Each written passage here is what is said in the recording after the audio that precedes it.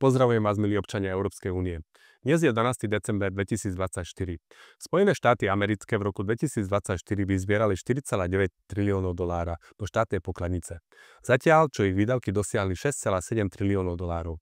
Rozpočtový deficit teda predstavuje 1,8 triliónov dolárov, pričom celkový dlh USA sa zvýšil na 36 triliónov dolárov. Zadlženosť USA oproti HDP predstavuje 122%.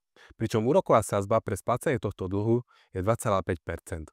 Rok 2025 USA začína so dlhom 37,8 triliónov dolárov, pričom úrokovú sadzbu ešte nepoznáme na budúci rok.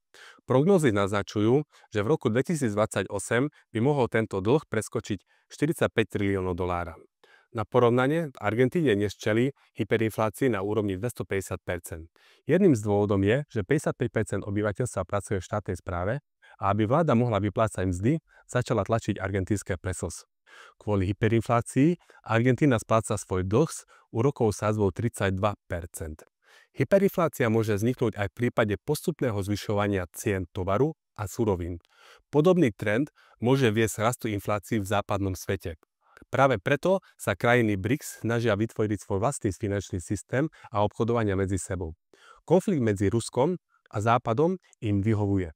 Rovnako ako masívna výrobná kapacita Číny a jej export do Ázie, Afriky, Južnej Ameriky im vyhovuje.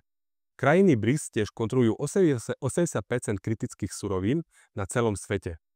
Európa však musí konať.